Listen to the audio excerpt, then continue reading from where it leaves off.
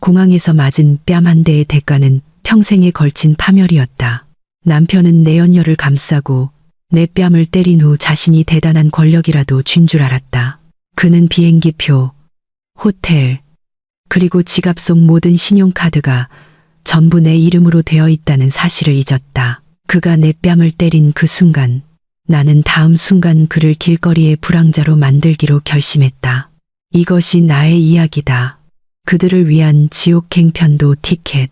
이야기가 시작되기 전에 이 이야기를 시청하는 분들이 어느 지역에 계신지 댓글로 남겨주시기 바랍니다. 좋아요와 구독을 잊지 마시고 이 채널이 더욱 성장하여 더 흥미로운 이야기를 전해드릴 수 있도록 도와주세요. 그날 아침 인천국제공항 제2터미널의 분위기는 유난히 차가웠다. 뜨거운 열정으로 가득 찬 지혜의 마음과는 대조적이었다. 그녀는 몸을 감싼 두툼한 크림색 코트를 여몄다. 오른손으로는 큰 캐리어 2개가 실린 카트를 밀고 있었다. 오늘은 그녀가 지난 2년간 손꼽아 기다려온 날이었다. 캐나다로 떠나는 겨울휴가는 그녀에게 단순한 여행이 아니었다. 가족에게 물려받은 케이터링 및 부동산 사업을 쉼없이 일궈온 자신에게 주는 선물이었다. 지혜는 의료용 마스크 뒤로 희미한 미소를 지으며 밴쿠버에서 자신을 맞이할 눈송이를 상상했다. 그녀는 모든 것을 완벽하게 준비했다. 비즈니스 클래스 항공권부터 고급 코티지 숙소, 방문할 맛집 리스트까지. 하지만 이번 게이트 근처 만남의 장소에 가까워질수록 지혜의 얼굴에서 미소는 서서히 사라졌다. 심장이 세차게 뛰기 시작했다. 기대감 때문이 아니라 갑자기 덮쳐온 혼란 때문이었다. 그곳에는 불과 지난주에 사준 검은색 가죽 재킷을 입은 남편 민준이 서 있었다. 민준은 혼자가 아니었다. 그의 옆에는 목에 화려한 인조 모피 쇼를 두른 시어머니가 서 있었다. 하지만 지혜의 피를 들끓게 한 것은 시어머니의 존재가 아니었다. 그들 옆에 서 있는 젊은 여자의 모습이었다. 그 여자는 유라였다. 지혜는 그녀를 민준이 그냥 친구라고 자주 언급했던 전 직장 동료로만 알고 있었다. 유라는 몸에 꼭 맞는 분홍색 스웨터를 입고 민준의 팔짱을 낀 채 애교 섞인 웃음을 터뜨리고 있었다. 지혜는 그들로부터 몇 미터 떨어진 곳에서 카트를 멈췄다. 그녀는 가슴속의 소란을 진정시키려 심호흡을 한 뒤 다가갔다. 카트 바퀴 소리에 세 사람은 고개를 돌렸다. 민준의 얼굴에는 약간의 놀란 기색이 스쳤다. 하지만 그는 아무 일 없다는 듯 재빨리 무표정하고 침착한 표정으로 바꾸었다. 시어머니는 오히려 지혜를 머리부터 발끝까지 훑어보는 탐색적인 시선으로 쏘아보았다. 반면 유라는 민준의 팔에서 손을 떼고 일부러 꾸민 듯한 순진한 얼굴을 했다. 지혜는 애써 차분함을 유지하려는 목소리로 무슨 일이냐고, 왜 모두 큰 캐리어를 들고 여기 있느냐고 물었다. 민준은 지혜를 얕보는 듯한 가벼운 어조로 시어머니와 유라를 휴가에 데려가기로 했다고 대답했다. 민준에 따르면 어머니와 친구가 집에만 있는데 혼자 즐기는 것은 불공평하다는 것이었다. 지혜는 그 이유를 듣고 믿을 수 없다는 듯 입을 벌렸다. 그녀는 민준에게 이 여행이 최근 소원해진 결혼 관계를 회복하기 위한 둘만의 소중한 시간으로 계획된 것이라고 상기시켰다. 시어머니가 특유의 날카로운 목소리로 대화에 끼어들었다. 그녀는 지혜를 인색하고 분수를 모르는 아내라고 비난했다. 시어머니에 따르면 지혜는 돈은 많으면서 시어머니에게는 계산적이라는 것이었다.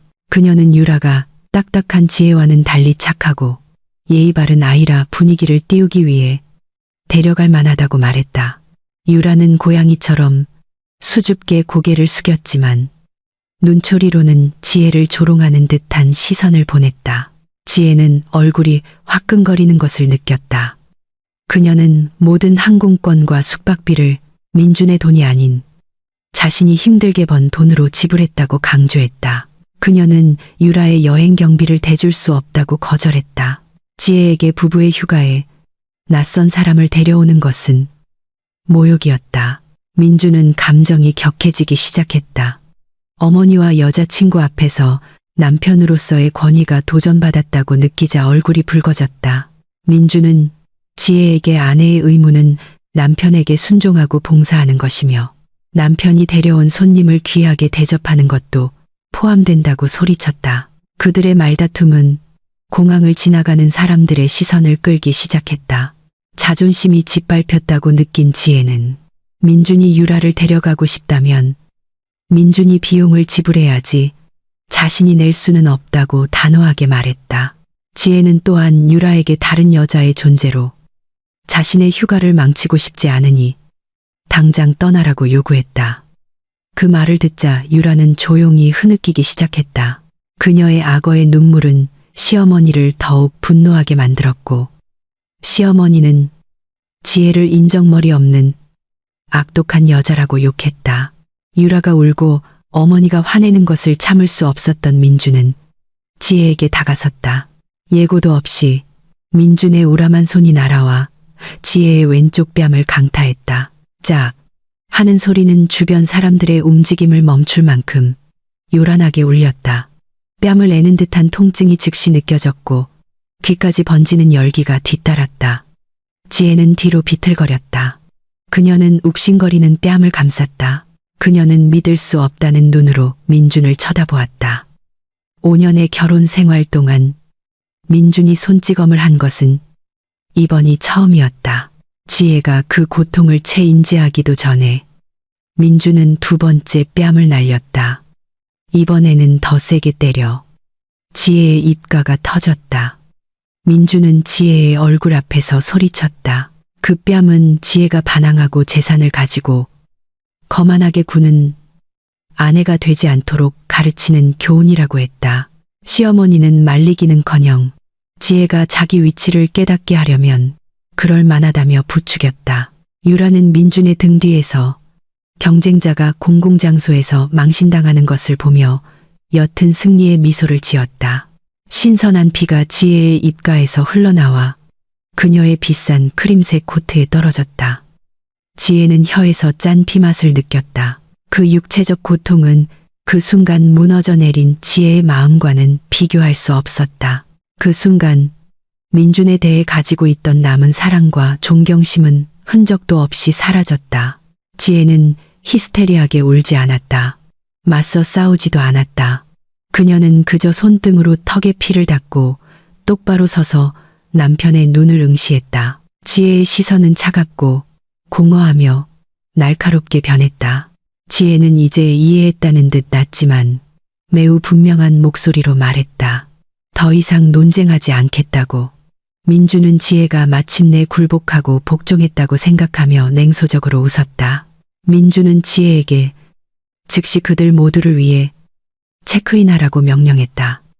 하지만 지혜는 천천히 고개를 저었다. 그녀는 민준, 시어머니, 그리고 유라를 그들의 운명에 맡기겠다고 말했다. 지혜는 뼈 있는 빈정거림으로 즐거운 휴가를 보내라고 말했다.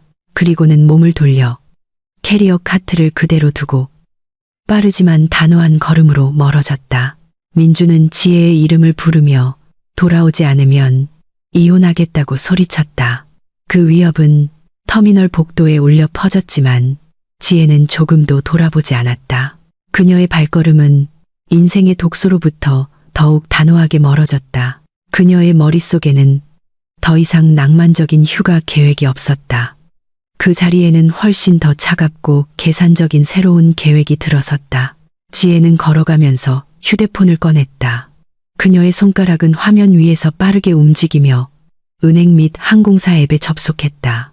방금 전의 뺨은 지혜 안에 잠자던 사자를 깨웠다.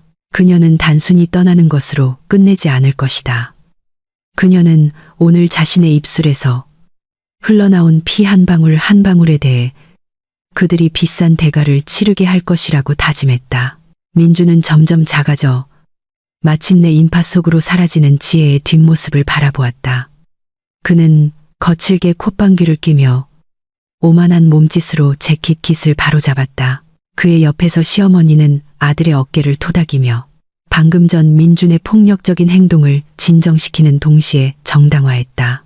시어머니에 따르면 지혜 같은 여자는 돈이 더 많다고 우쭐대지 않도록 가끔 물리적인 교훈을 줄 필요가 있다는 것이었다. 순식간에 눈물이 마른 유라는 다시 민준의 팔에 애교스럽게 매달렸다. 그녀는 일부러 걱정스러운 어조로 캐나다에 정말 갈 수 있는 거냐고 물었다. 민준은 경멸하듯 웃었다. 그는 자신만만하게 유라와 어머니에게 지혜는 그저 어린애처럼 토라진 것뿐이라고 안심시켰다. 민준은 지혜가 자신을 너무나 사랑하기 때문에 감히 아무것도 취소하지 못할 것이라고 100% 확신했다. 민준은 지혜가 화장실에서 마음을 진정시킬 시간이 필요하며 나중에는 분명히 그들을 따라오거나 울면서 미안하다고 전화할 것이라고 생각했다. 민준은 지혜가 버리고 간 캐리어 카트를 넘겨받으며 이제 아내의 물건까지 지배하게 되었다는 생각에 승리감을 느꼈다. 세 사람은 턱을 치켜든 채 국제선 1등석 항공사 체크인 카운터로 향했다. 민준은 마치 자신의 무리를 이끄는 왕처럼 느껴졌다.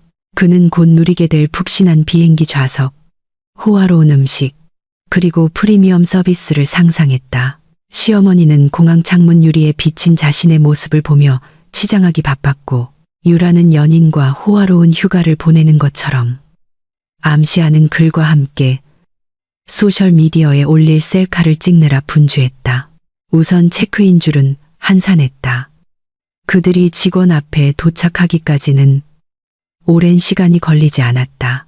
단정한 유니폼을 입은 한 여성 직원이 전문적이고 상냥한 미소로 그들을 맞이하며 여권과 예약 번호를 요청했다. 민주는 거물 사장처럼 자신의 여권, 시어머니와 유라의 여권, 그리고 어젯밤 지혜의 휴대폰에서 몰래 찍어둔 예약 번호가 적힌 종이를 올려놓았다. 그는 어머니가 서 계셔서 피곤하시니 절차를 서둘러 달라고 명령조로 말했다. 직원은 정중하게 고개를 끄덕이고 컴퓨터 시스템에 코드를 입력하기 시작했다. 잠시 침묵이 흘렀다. 직원의 손가락이 키보드 위에서 춤추기를 멈췄다. 그녀의 미간이 찌푸려졌다. 그녀는 코드를 다시 입력해 보았다.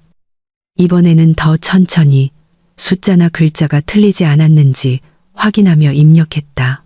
민주는 초조하게 카운터 위를 손가락으로 두드리기 시작했다. 한편 유라는 하이힐을 신어서 발이 아프다고 불평하기 시작했다. 직원이 고개를 들었다. 그녀의 상냥한 미소는 약간 당황스럽고 유감스러운 표정으로 바뀌었다. 그녀는 민준에게 해당 예약 번호가 오늘의 항공편 시스템에서 찾을 수 없다고 알렸다. 민준은 눈을 크게 떴다. 그는 지혜가 지난달에 예약했고 자신이 직접 증거를 봤기 때문에 절대 틀릴 리가 없다고 우겼다. 민준은 직원에게 다시 제대로 확인하라고 말하며 컴퓨터 시스템에 문제가 있다고 비난했다. 직원은 참을성 있게 예약 내역 데이터는 존재하지만 해당 예약 번호에 포함된 모든 승객의 항공권 상태가 약 10분 전에 주 계정 보유자에 의해 일방적으로 취소되었다고 설명했다. 분노로 붉어졌던 민준의 얼굴이 순식간에 창백해졌다. 그 취소는 지혜가 그들을 떠나 걸어간 직후에 이루어진 것이었다. 현실의 충격이 민준의 의식을 강타하기 시작했다. 지혜는 그냥 겁만 준 것이 아니었다. 그녀는 정말로 그들의 길을 끊어버린 것이다. 직원의 설명을 들은 시어머니는 감정이 폭발했다.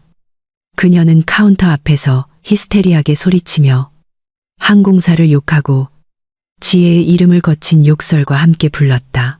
시어머니의 앙칼진 목소리에 이코노미 클래스의 다른 승객들이 고개를 돌리며 수군거렸다. 유라는 패닉에 빠지기 시작했다. 그녀는 민준의 팔을 흔들며 그들의 휴가는 어떻게 되는 거냐고 물었다. 수치심이 민준의 얼굴에 번지기 시작했다. 그는 장난감을 사주지 않아 떼쓰는 어린아이처럼 행동하기 시작한 어머니를 진정시키려 애썼다. 민준은 서둘러 휴대폰을 꺼내 지혜의 번호로 전화를 걸었다. 신호음이 한 번 울리고 끊겼다. 다시 전화를 걸자 교환원은 상대방이 전화를 받지 않거나 통화권 이탈 지역에 있다고 알렸다. 지혜는 휴대폰을 끄거나 민준의 번호를 차단한 것이었다. 차가운 땀이 민준의 관자놀이를 따라 흘렀다. 그는 매우 창피한 상황에 갇혔다. 이웃과 직장 동료들에게 해외에 간다고 이미 큰 소리를 쳤기 때문에 그냥 돌아갈 수도 없었다. 그의 자존심은 캐리어를 끌고 집으로 돌아가기에는 너무 높았다. 민주는 떨리는 손으로 지갑을 꺼냈다.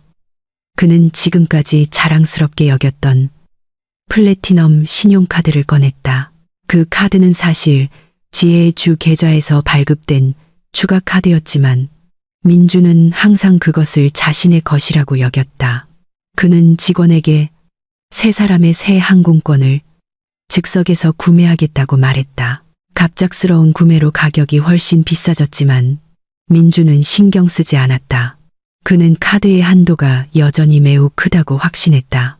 직원이 카드를 단말기에 긁었다. 기계에서 긴삐 소리가 나고 작은 영수증이 나왔다. 직원은 그것을 읽고 정중하지만 단호한 어조로 발급은행에서 거래가 거절되었다고 말했다. 민주는 믿지 않았다. 그는 직원에게 다시 시도하라고 말했다. 결과는 같았다. 거절. 민주는 두 번째 카드를 꺼냈다. 90%가 지혜의 돈으로 채워진 공동 계좌에 연결된 체크카드였다. 결과는 여전히 같았다. 거래 실패, 잔액이 부족하거나 카드가 차단되었다. 연달아 문자 메시지 알림이 민준의 휴대폰으로 들어왔다. 은행에서 온 메시지로 주 고객의 요청에 따라 신용카드와 체크카드 접근이 보안상의 이유로 비활성화되었다는 내용이었다. 지혜는 불과 몇 분 만에 그들을 재정적으로 완전히 마비시킨 것이었다. 그 웅장한 공항 한가운데서 민주는 왜소해지는 것을 느꼈다. 그는 이제 쓸모없는 플라스틱 카드 몇 장과 캐나다는커녕 국내선 비행기표 한 장 사기에도 부족한 현금 몇 장만 남은 열린 지갑을 든 채 뻣뻣하게 서 있었다. 시어머니는 더욱 심해졌다. 그녀는 울부짖기 시작하며 공항 직원이 며느리와 공모하여 늙은이를 괴롭힌다고 비난했다. 시어머니가 일으킨 소란이 질서를 방해하자 공항 보안 요원들이 다가오기 시작했다. 유라는 민준의 손을 거칠게 뿌리쳤다.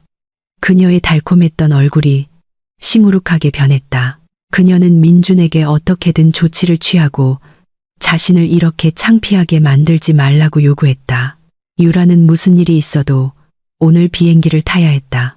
민준은 지혜가 준 생활비에서 조금씩 모은 개인 잔고를 확인하기 위해 휴대폰의 모바일 뱅킹 앱을 열려고 했다. 화면에 나타난 숫자는 그를 무력하게 만들었다. 잔고는 0원이었다. 지혜는 민준이 예전의 내용을 제대로 읽지도 않고 서명했던 위임장을 이용해 자신이 민준의 개인 계좌로 이체했던 모든 자금을 회수한 모양이었다. 세 사람은 이제 체크인 카운터 옆에 속수무책으로 서 있었다. 아까는 위풍당당해 보였던 큰 캐리어들은 이제 그들의 무력함을 조롱하는 무거운 짐처럼 보였다. 줄을 선 사람들은 특히 시어머니의 거친 고함을 들은 후 냉소적이고 혐오스러운 시선으로 그들을 바라보기 시작했다. 민주는 세상이 무너지는 것을 느꼈다. 그는 비행기 표도, 돈도, 지혜에게 연락할 방법도 없었다.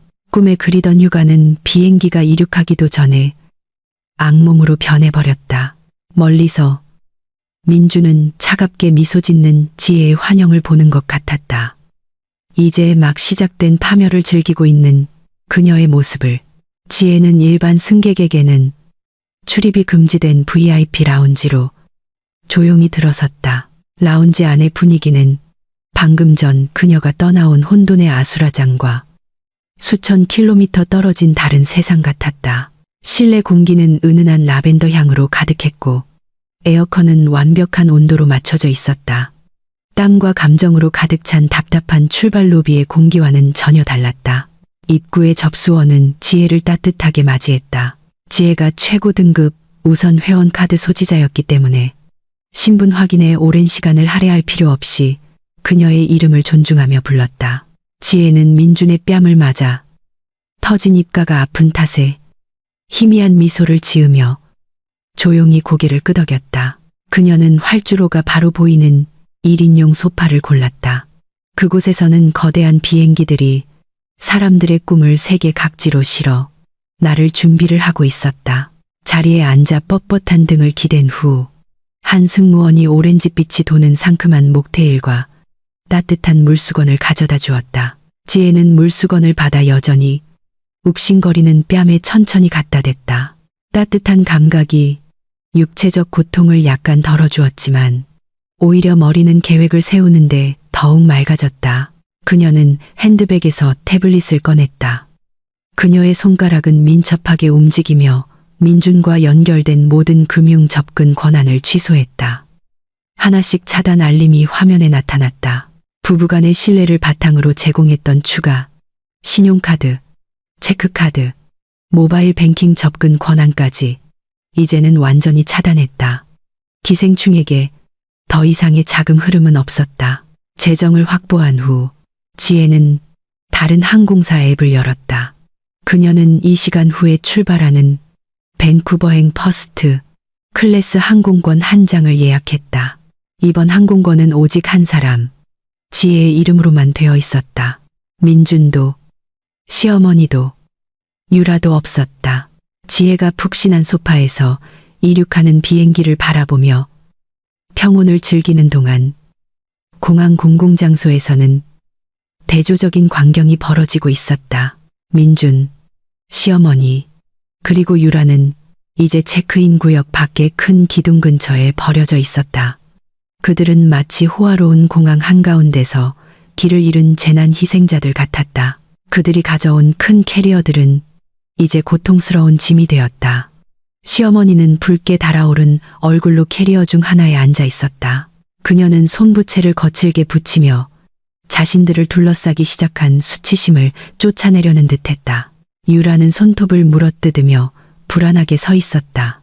그녀는 아까의 소동 후에 누군가 자신들을 알아볼까봐 계속해서 주위를 두리번거렸다. 아침부터 아무것도 먹지 않아 배가 고프기 시작했다.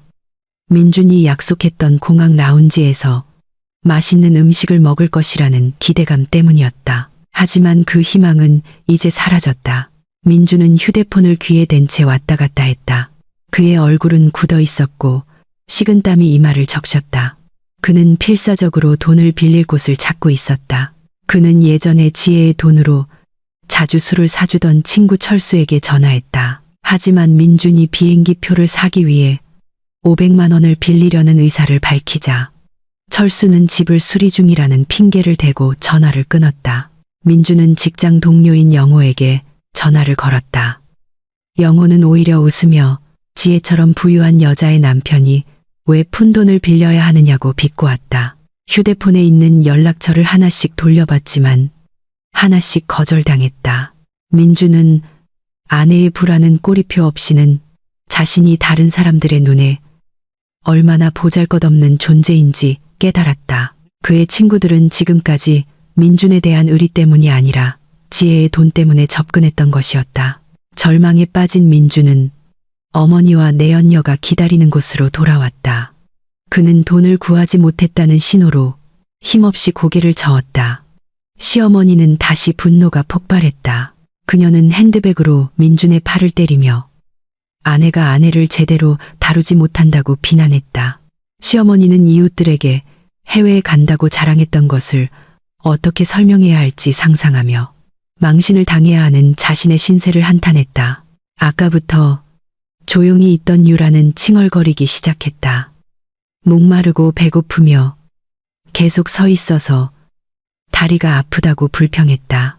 그녀는 민준에게 공항 카페테리아에서 음료수를 사달라고 요구했다. 민준은 바지 주머니를 뒤져 이제는 얇아진 가죽 지갑을 꺼냈다.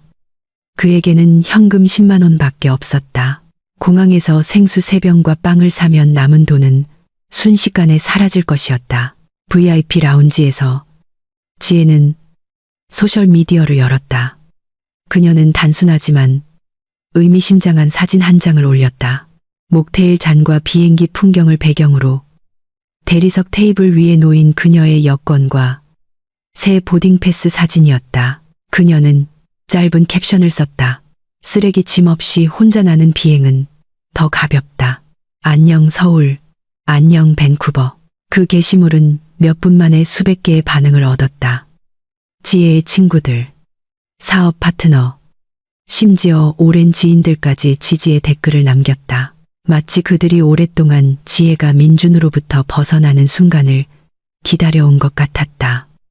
지혜는 그 댓글들을 읽으며 안도감을 느꼈다. 그동안 그녀는 민준의 본성에 대한 친구들의 경고에 눈을 감아왔다. 그리고 이제 그들의 지지가 그녀의 발걸음을 더욱 굳건하게 했다. 하지만 화제가 된 것은 지혜의 게시물뿐만이 아니었다. 공항 한쪽에서 다투느라 정신없는 민준과 그의 일행이 모르는 사이에 한 아마추어 영상이 틱톡과 트위터에서 바이럴되기 시작했다. 그 영상은 민준이 지혜를 때릴 때 우연히 근처에 서 있던 한 승객이 촬영한 것이었다. 영상의 제목은 매우 도발적이었다. 상간녀 편들다 재벌 아내 폭행한 미친 남편 공항 출몰. 2분짜리 영상에는 지혜를 때릴 때의 민준의 흉포한 얼굴, 욕을 하는 시어머니의 심술 남은 얼굴, 그리고 민준의 등 뒤에 숨은 유라의 가식적인 순진한 얼굴이 선명하게 담겨 있었다. 영상은 지혜의 대응이 얼마나 품이 있었는지, 그리고 그들의 대우가 얼마나 잔인했는지를 명백하게 보여주었다. 소셜미디어 알고리즘은 빠르게 작동했다. 그 영상은 수천 번 공유되기 시작했다. 불륜과 폭행의 피해자를 옹호하는 데 있어서는 전투적이라고 알려진 한국 네티즌들의 분노를 유발했다. 시어머니와 택시를 타야 할지, 버스를 타야 할지에 대해 여전히 논쟁 중인 민준은 자신의 얼굴이 이제 수백만 명의 휴대폰 화면에 떠 있다는 사실을 알지 못했다. 그는 여전히 자신이 불순종한 아내의 희생자라고 생각했다. 남은 자존심을 끌어모아 민준은 일행을 집으로 데려가기로 결정했다. 하지만 새로운 문제가 발생했다. 공항 택시는 후불 결제를 받지 않았고 그의 온라인 택시 앱은 지혜가 이미 차단한 신용카드에 연결되어 있어 사용할 수 없었다. 그들은 열쇠를 아직 가지고 있는지도 확실하지 않은 호화로운 집으로 돌아갈 방법을 찾아야 했다. 민준은 멍한 시선으로 공항 출구를 바라보았다. 캐나다의 눈을 보겠다는 꿈은 그들을 통째로 삼킬 준비가 된 서울의 열기와 먼지라는 현실로 바뀌어 있었다. 공항 지역을 빠져나가는 길은 민준에게 마치 불 위를 걷는 것 같았다. 세 사람은 큰 캐리어를 끌며 일반 택시 승강장으로 힘없이 걸어갔다. 더 이상 웃음도 오만함도 없었다. 지친 얼굴과 분한 마음만이 남아 있었다. 택시줄 앞에 도착했을 때 택시 기사는 현금 지불 보장이 없으면 그들을 태우기를 거부했다. 그들의 집이 있는 부촌인 한남동까지의 거리가 꽤 멀고 통행료도 적지 않게 들기 때문이었다. 민준은 마지못해 손목에 차고 있던 크로노그래프 시계를 풀었다. 그것은 그가 허세를 부리기 위해 산 최고급 모조품 시계였다. 그는 구석에서 호객 행위를 하던 한 불법 택시 기사에게 그 시계를 제안했다. 자존심을 깎는 흥정 끝에 시계는 겨우 30만 원에 팔렸다. 택시비와 통행료로는 충분했지만 거스름 돈은 없었다. 그들은 마침내 에어컨이 제대로 작동하지 않는 낡은 택시에 올라탔다. 민준은 운전사 옆 앞자리에 앉았고 시어머니와 유라는 뒷좌석에 비좁게 끼어 앉았다. 차 안의 분위기는 숨막히게 조용했다. 거친 엔진 소리만이 들릴 뿐이었다. 지루하고 인정받고 싶었던 유라는 소셜미디어를 확인하기 위해 휴대폰을 꺼냈다. 그녀는 동정심을 얻거나 적어도 다른 사람들의 휴가 사진이라도 보기를 바랐다. 하지만 인스타그램 앱을 열자마자 그녀의 눈이 휘둥그레졌다. 그녀의 계정 알림이 수천 개로 폭발했다. 팔로워 수는 급증했지만 성과 때문이 아니었다. 그녀의 마지막 사진. 사랑하는 그이와 휴가 떠나요라는 캡션과 함께 공항에서 찍은 사진의 댓글창은 욕설로 가득했다. 상간녀, 싸구려 여자, 뻔뻔한 내연녀, 가난뱅이의 인성도 가난하다 같은 거친 말들이 화면을 뒤덮었다. 유라는 떨었다. 그녀는 다이렉트 메시지, DM을 열었다. 내용은 더 끔찍했다. 위협, 저주, 심지어 공항 사건 영상의 스크린샷까지 그녀에게 보내졌다. 네티즌들은 사이버 수사대 못지않은 능력으로 그녀의 소셜미디어 계정을 재빨리 찾아냈다. 유라의 신상은 완전히 벗겨졌다. 그녀의 직장, 예전 자취방 주소, 심지어 보기 좋지 않은 과거 사진들까지 재유포되기 시작했다.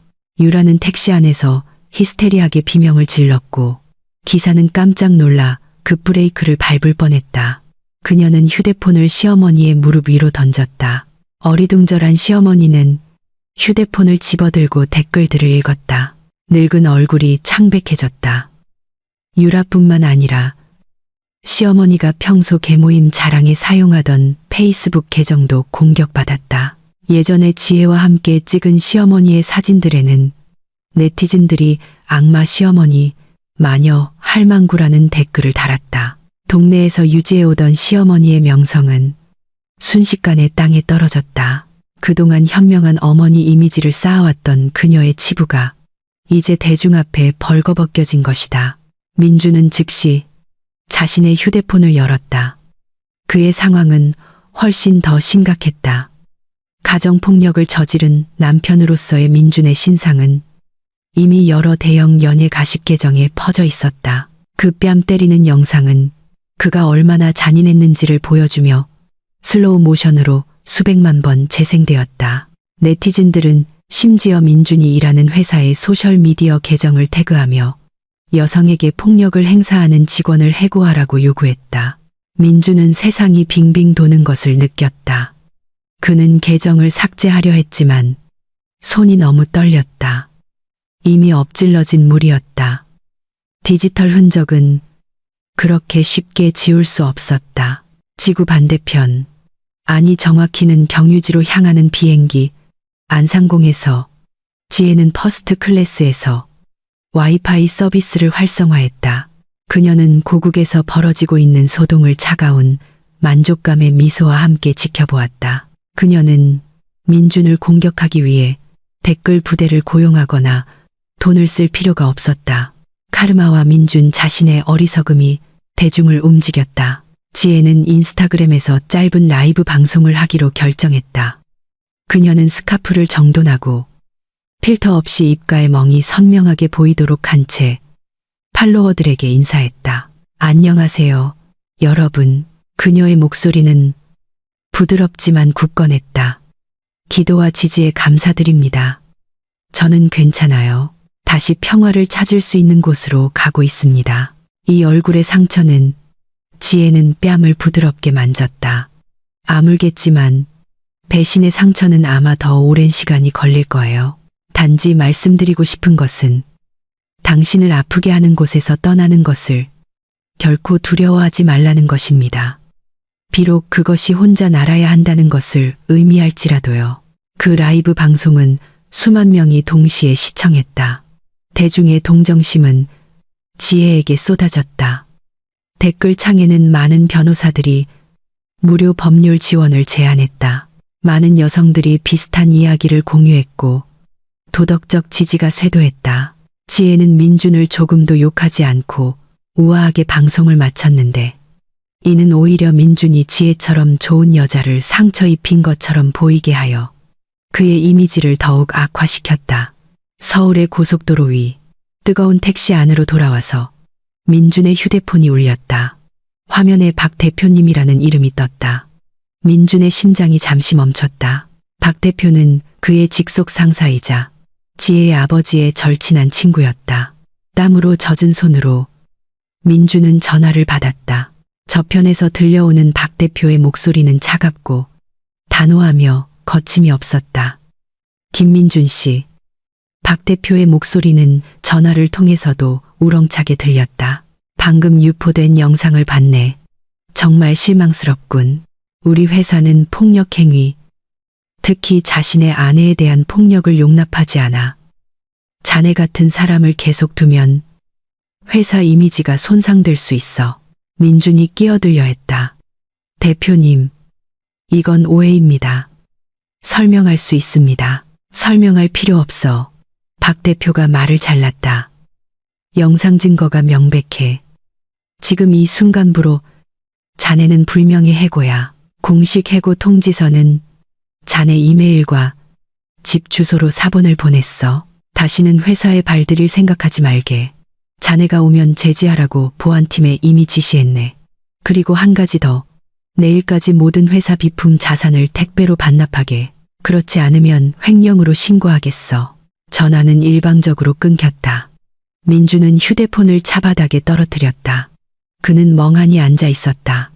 그의 시선은 앞의 교통체증을 공허하게 바라보고 있었다. 해고. 그는 방금 자신의 유일한 개인 수입원을 잃었다. 단 한 푼의 돈도 없고 빚에 쫓기며 온 나라의 미움을 받는 이 순간에 뒷좌석에서는 시어머니가 여전히 자신의 명성을 한탄하며 울고 있었고 유라는 네티즌들을 욕하며 자신의 사진들을 지우느라 바빴다. 그들 세 사람은 완전한 파멸을 향해 질주하는 하나의 쇠상자 안에 있었다. 한편 그들이 상처 입힌 아내는 구름을 뚫고 높이 날아오르며 그들이 스스로 저지른 행동의 결과 속에서 썩어가도록 내버려 두고 있었다. 낡은 택시는 일반 도로와 지중해 스타일의 호화로운 주택의 넓은 마당을 가르는 높은 검은색 대문 바로 앞에 멈췄다. 비가 부슬부슬 내리기 시작하며 젖은 흙냄새가 코를 찔렀다. 마치 자연도 함께 울거나 아니면 방금 꾀죄죄한 얼굴로 차에서 내린 새 인간의 운명을 비웃는 것 같았다. 민주는 가진 마지막 돈으로 택시비를 지불하고 팁 한 푼 주지 않은 채 기사를 보냈다. 택시 바퀴가 멀어지자 숨 막히는 정적이 그들을 감쌌다. 그들 앞에는 그동안 자랑스러워했던 성이 서 있었다. 민준이 왕처럼 시어머니가 데뷔마마처럼 느꼈던 곳. 하지만 오늘따라 뭔가 이상했다. 보통 흐린 날이면 자동으로 켜지던 정원등이 꺼져 있었고 환하게 불이 켜진 이웃집들과 대조적으로 집안은 칠흑같이 어두워 보였다. 민주는 대문 기둥에 박힌 디지털 잠금 패널로 다가갔다.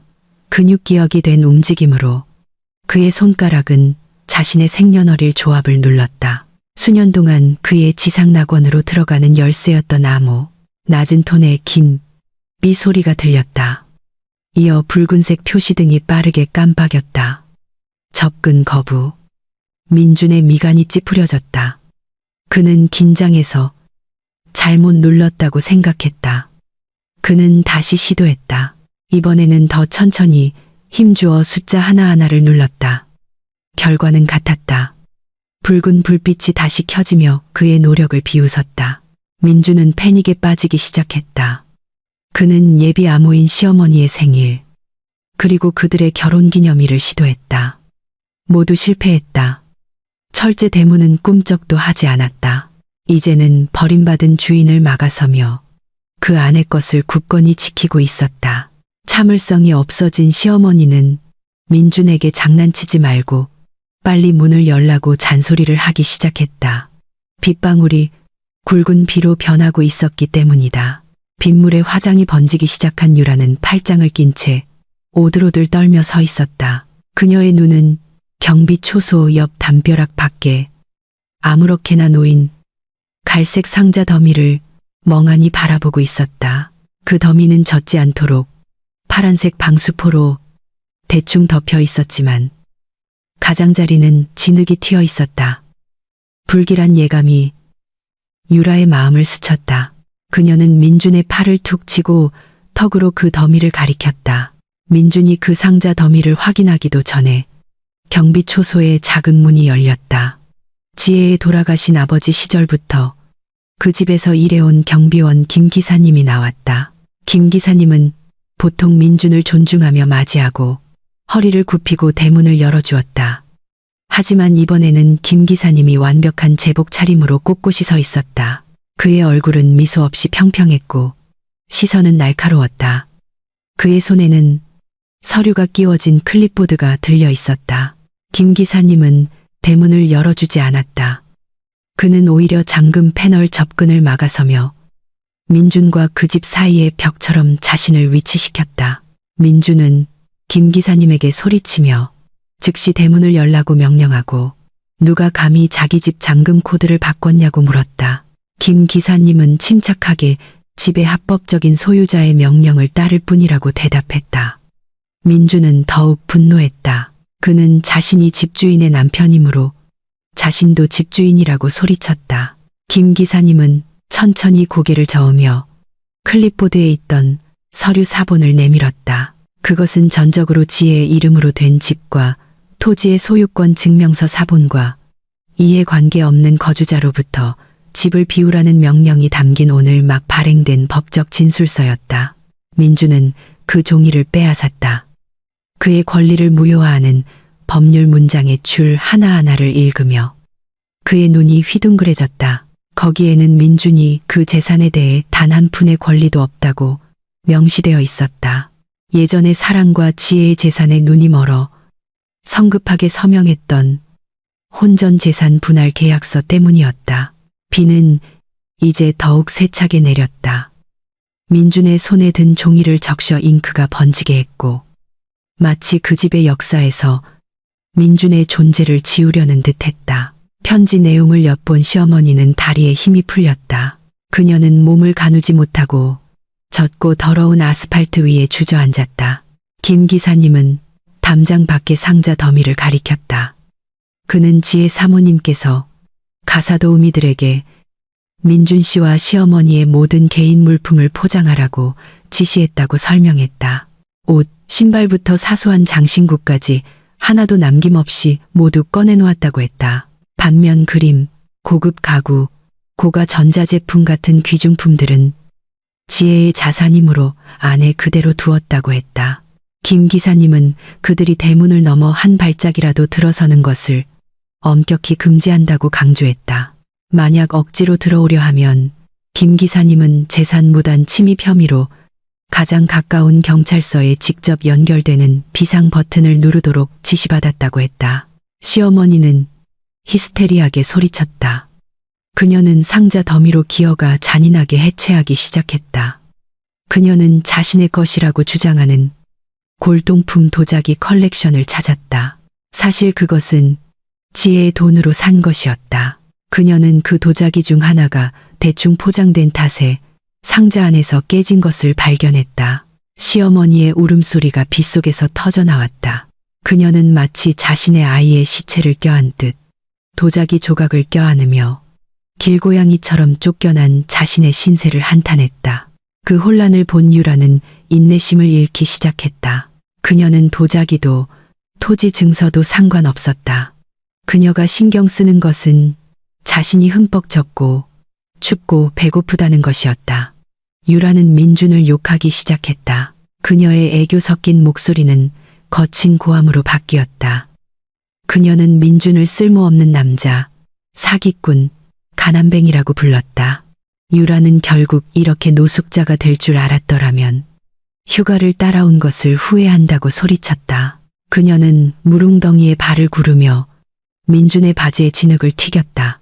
유라는 그냥 자기 자취방으로 돌아가겠다고 말했다. 그녀는 고통을 함께 겪고 싶지 않았다. 그녀는 다른 택시를 찾으러 몸을 돌렸다. 비록 무엇으로 돈을 내야 할지 몰랐지만 유라가 떠나려는 것을 보고 감정적으로 최저점에 있던 민주는 버림받았다고 느꼈다. 그는 유라를 쫓아가 그 여자의 손목을 거칠게 잡았다. 민주는 빗속에서 소리쳤다. 그의 눈은 분노와 절망으로 가득 차 있었다.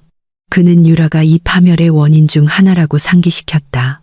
민주는 유라가 그동안 자신의 돈을 즐긴 후에 그냥 도망가도록 내버려 두지 않을 것이라고 했다. 민주는 그들이 함께 쫓겨났으니 유라도 함께 고생해야 한다고 말했다. 민준의 소나귀는 너무 강해서 유라는 고통에 신음했다. 그들의 싸움은 대문 뒤에 굳건히 서 있는 김 기사님에게 공짜 구경거리가 되었다. 호기심 많은 이웃들은 집 창문 커튼 뒤에서 엿보기 시작했다. 민준, 시어머니, 그리고 유라는 이제 지붕도, 돈도, 자존심도 없이 길가에 버려진 사회의 쓰레기가 되었다. 그들은 마침내 젖은 상자들을 끌며 주택 단지에서 멀지 않은 빈 상가 처마 밑에서 쉴 곳을 찾았다. 점점 거세지는 폭풍 속에서 오지 않는 기적을 기다리며 밤이 깊어지고 차가운 공기가 뼛속까지 스며들었다. 캐리어와 아직 건질 수 있는 몇 개의 상자를 끌며 꽤 먼 거리를 걸은 끝에 민주는 마침내 도시 외곽에 있는 값싼 모텔을 발견했다.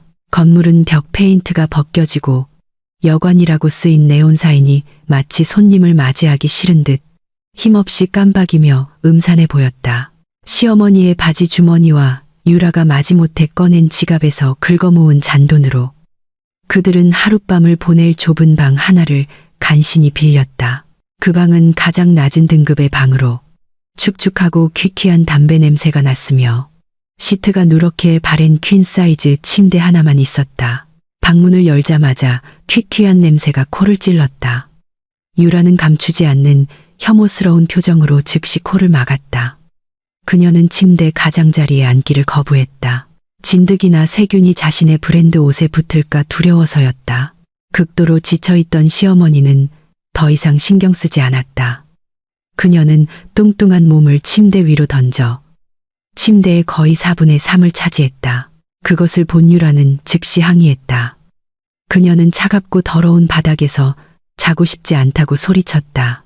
그녀는 시어머니에게 자리를 비켜달라고 요구했다. 기분이 매우 나빴던 시어머니도 지지 않았다. 그녀는 유라에게 어른을 공경해야 한다고 소리쳤다. 그녀는 유라 때문에 지혜가 분노하여 그들을 쫓아냈다고 들먹였다.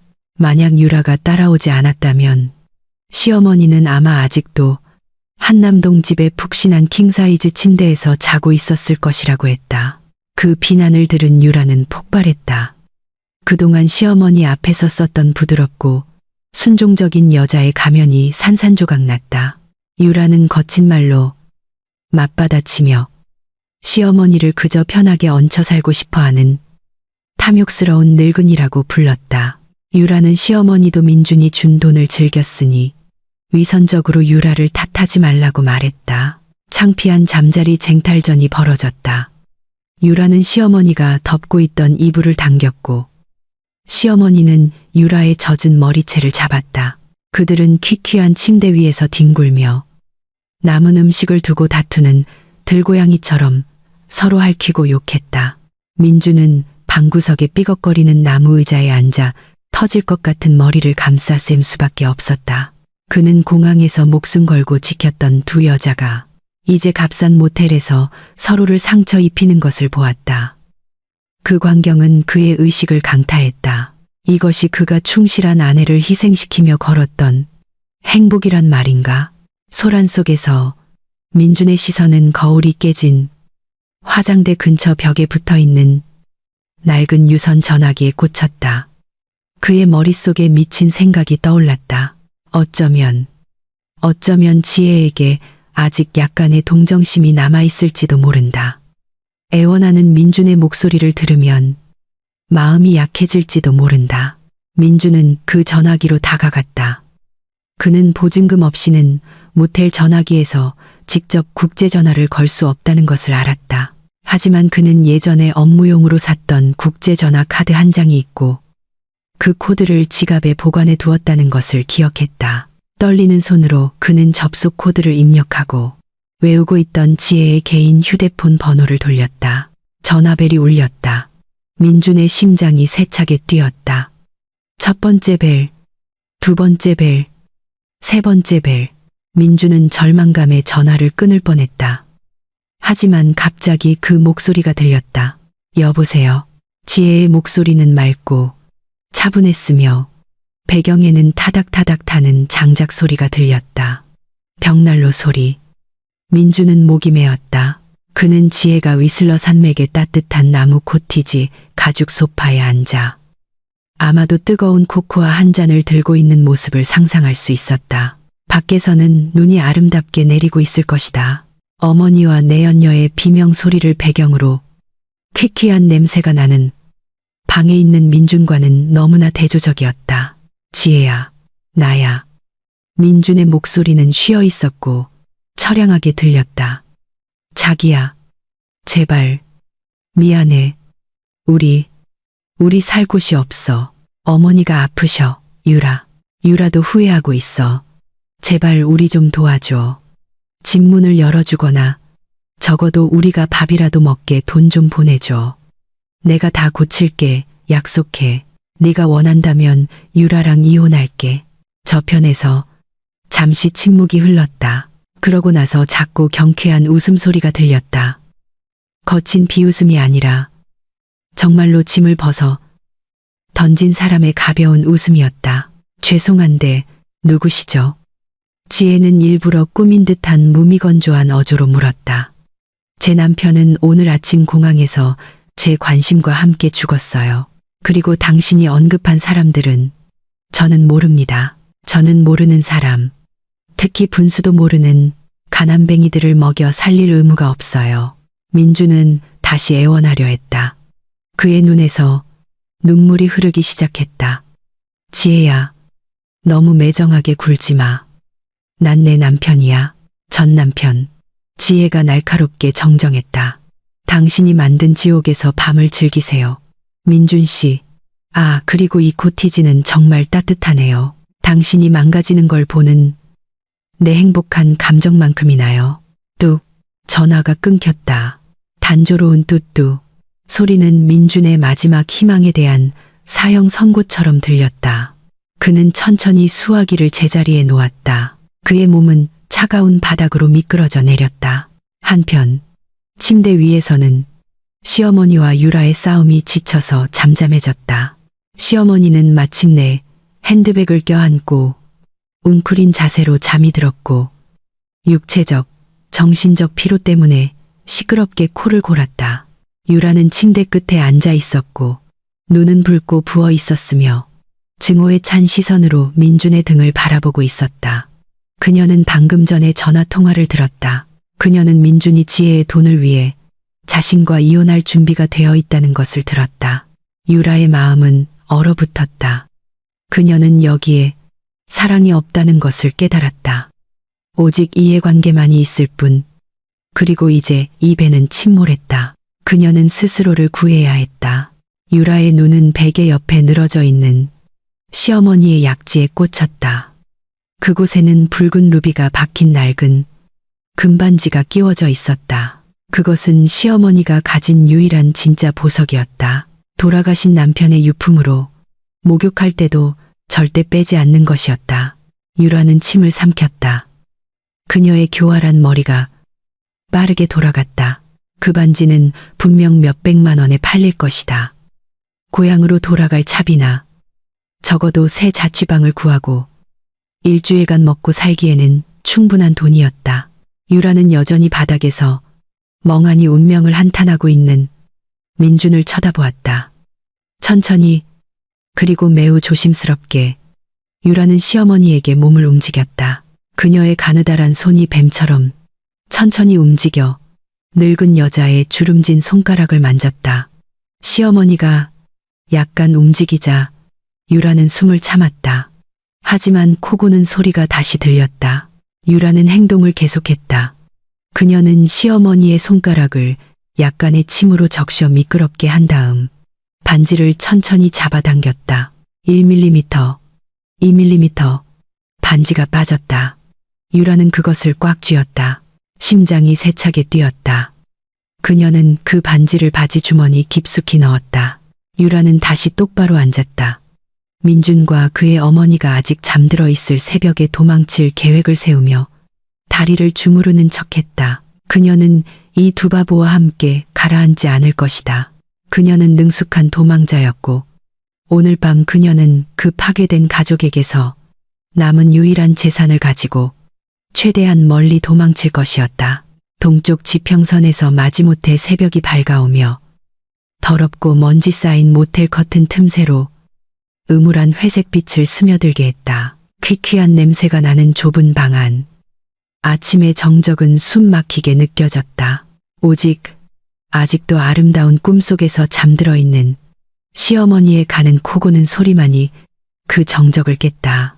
아마도 그녀가 여전히 존경받는 사모님이던 과거에 대한 꿈일 것이다. 민주는 차가운 벽에 등을 기댄 채 바닥에 앉아 있었다. 밤새 잠을 못 자 눈이 붓고 충혈되었다. 그의 마음은 정처 없이 떠돌았다. 뒤늦은 후회와 어두운 미래에 대한 두려움으로 가득 차 있었다. 그의 옆에서 유라는 이미 깨어 있었다. 그 여자는 신발을 신을 때 조금의 소리도 내지 않으려 매우 조심스럽게 움직였다. 그녀의 눈은 경계심에 차 있었고 민준과 시어머니를 번갈아 쳐다보며 오늘 아침 도망치려는 자신의 사악한 의도를 아무도 눈치채지 못하도록 확인했다. 오른손은 때때로 바지 주머니를 더듬으며 시어머니의 루비 박힌 금반지가 아직 안전하게 그곳에 있는지 확인했다. 그것은 그녀의 자유를 향한 티켓이었다. 이제는 쓸모없는 쓰레기로 여기는 가족으로부터 멀리 떨어져 새로운 삶을 시작할 자본이었다. 하지만 유라가 도망치기 위해 문손잡이를 잡기도 전에 요란한 굉음이 그들의 모텔 방문을 뒤흔들었다. 쾅! 얇은 나무 문이 거인의 발에 차인 듯 심하게 흔들렸다. 민주는 깜짝 놀라 뛰어올랐다. 심장이 챈을 것 같았다. 시어머니는 무슨 일이 일어났는지 몰라 히스테리한 비명을 지르며 깨어났다. 유라는 겁에 질려 뒤로 물러섰다. 얼굴이 창백해졌다. 그들이 상황을 파악하기도 전에 두 번째 발길질이 문을 더 세게 강타하여 경첩이 부서졌다. 문은 거칠게 활짝 열려 벽에 부딪혔고 험상리에는 얼굴을 한 건장한 남자 3명이 그 좁은 방으로 들어섰다. 그들의 기운은 명백한 위협을 뿜어냈다. 그들 중 한 명, 왼쪽 뺨에 흉터가 있고 검은 티셔츠 긴 너머로 용문신이 보이는 남자가 잔인한 미소를 지으며 민준을 쳐다보았고 그 미소에 민준의 피가 얼어붙었다. 그들은 사채업자, 즉 민준의 삶을 그동안 괴롭혀온 불법 대출 및 온라인 도박 조직의 빚쟁이들이었다. 민준은 심하게 떨었다. 그동안 그는 이 어두운 삶의 단면을 지혜에게 성공적으로 숨겨왔다. 그는 1년 전부터 온라인 슬롯 도박에 중독되었다. 유라의 사치스러운 생활 방식을 뒷받침하기 위해 용돈을 불리기를 바랐다. 돈을 잃었을 때 그는 불법 대출 앱과 고리대금업자에게서 살인적인 이자로 돈을 빌렸고 지혜의 계좌에서 몰래 돈을 빼내 그것을 메웠다. 이제 지혜의 돈에 접근할 수 없게 되자 그 시한폭탄이 터진 것이다. 이 빚쟁이들은 어젯밤 민준이 지혜에게 전화했을 때 잠시 켜졌던 그의 휴대폰 위치를 추적한 모양이었다. GPS 신호가 이 포식자들을 죽어가는 먹잇감에게 정확히 인도한 것이었다. 문신한 남자는 시간을 낭비하지 않았다. 그는 앞으로 나아가 민준의 옷깃을 잡고 그 마른 몸을 발끝이 들릴 때까지 들어올렸다. 그는 원금과 이자를 합쳐 총 수억 원에 달하는 빚을 갚으라고 거칠게 소리쳤다. 민준은 말을 하려 했지만 목소리가 목구멍에서 막혀 시간과 자비를 구걸하는 찍찍거리는 소리만 낼 수 있었다. 하지만 자비라는 단어는 이 빚쟁이들의 사전에 없었다. 강력한 주먹이 민준의 명치에 날아들었고 그는 고통에 신음하며 바닥에 쓰러졌다. 텅 빈 위장에서 위산을 토해냈다. 시어머니는 눈앞에서 외아들이 구타당하는 것을 보고 히스테리하게 비명을 질렀다. 그녀는 도우려고 일어서려 했다. 하지만 빚쟁이의 부하 중 한 명이 그녀에게 가만히 앉아있지 않으면 그녀도 맞을 것이라고 소리쳤다. 그 혼란 속에서 유라는 틈을 보았다. 빚쟁이들의 관심은 인간 샌드백이 된 민준에게 집중되어 있었다. 천천히 유라는 활짝 열린 문 쪽으로 슬금슬금 움직였다. 그녀는 이것이 절호의 기회라고 생각했다. 민준이 죽든 만신창이가 되든 상관없었다. 중요한 것은 그녀가 살아남는 것이었다. 하지만 운명은 달랐다.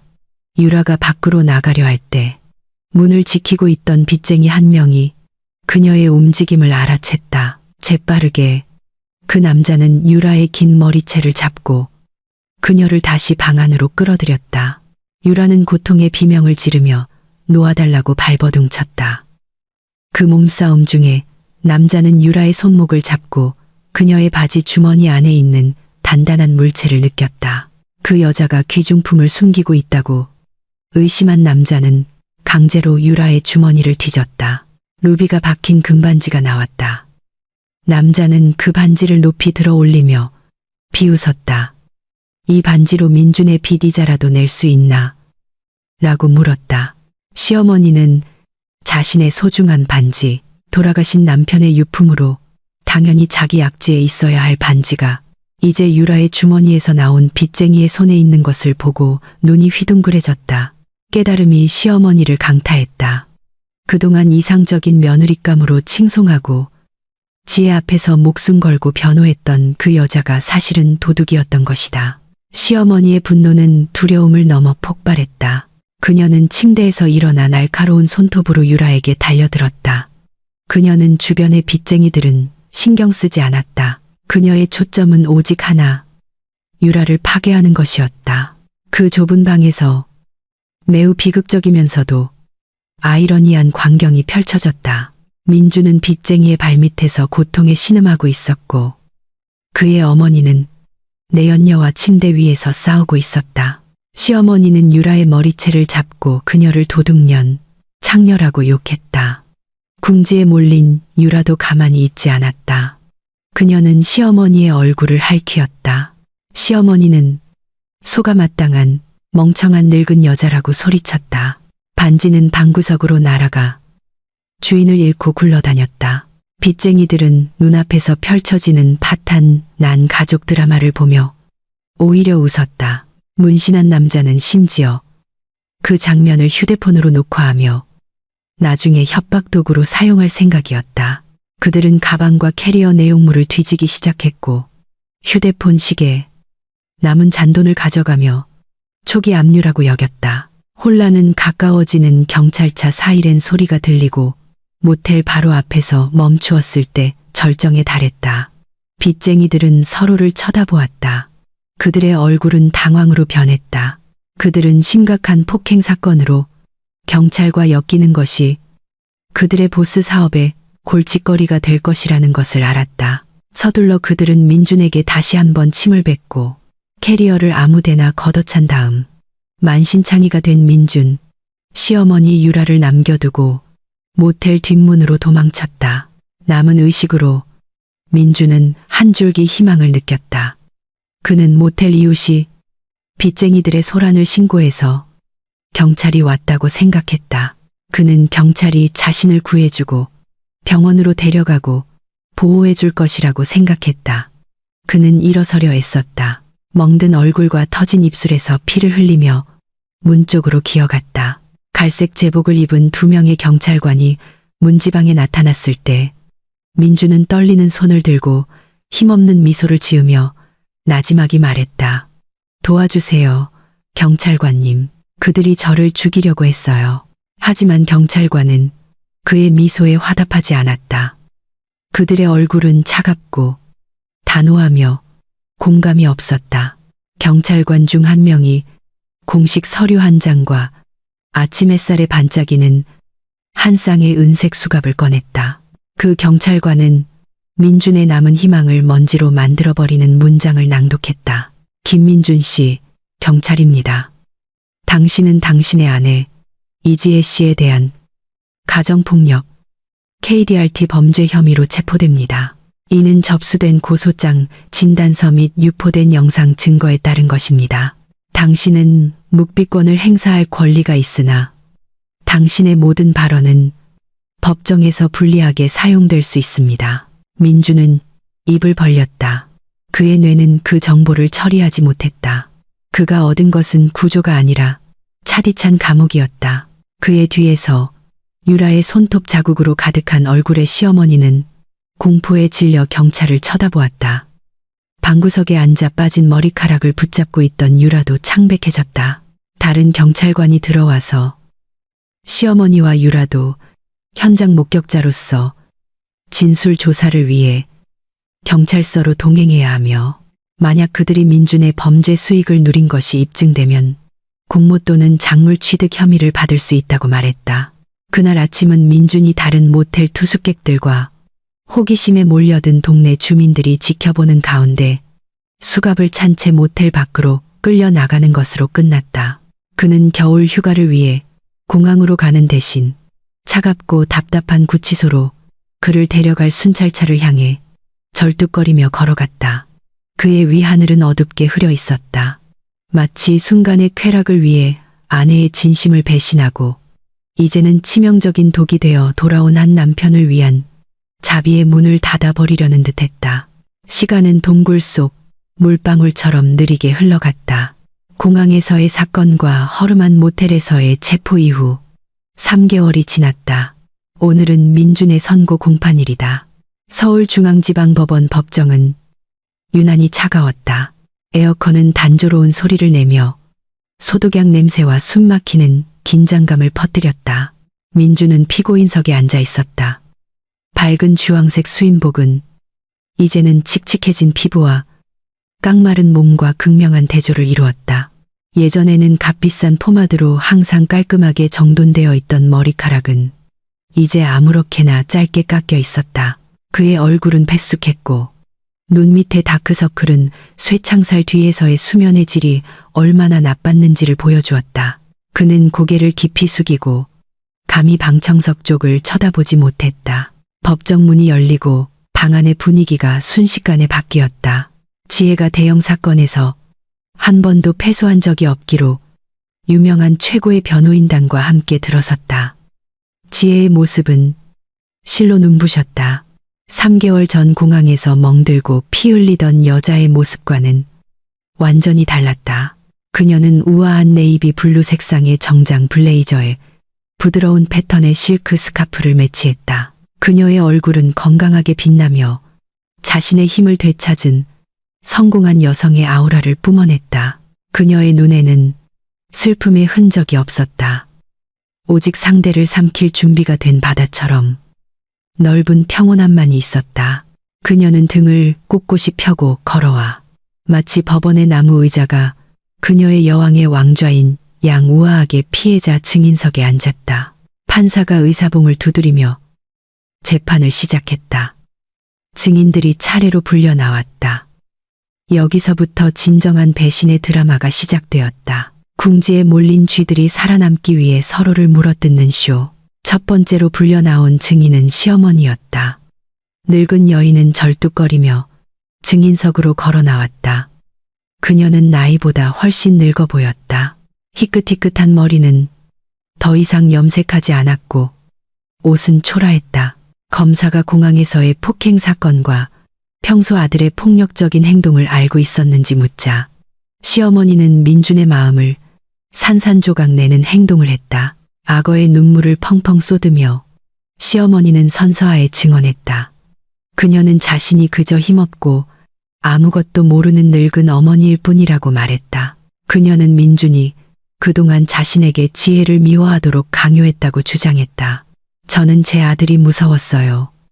판사님. 시어머니는 가능한 한 극적으로 꾸민 떨리는 목소리로 흐느꼈다. 민준이는 성질이 불같아요. 제가 지혜를 미워하라는 그의 뜻을 따르지 않으면 저에게 소리를 질렀어요. 저는 사실 지혜를 아꼈지만 민준이에게 협박당했어요. 공항에도 억지로 따라갔고 지혜를 욕하라고 강요받았어요. 저는 불효자식의 희생자입니다.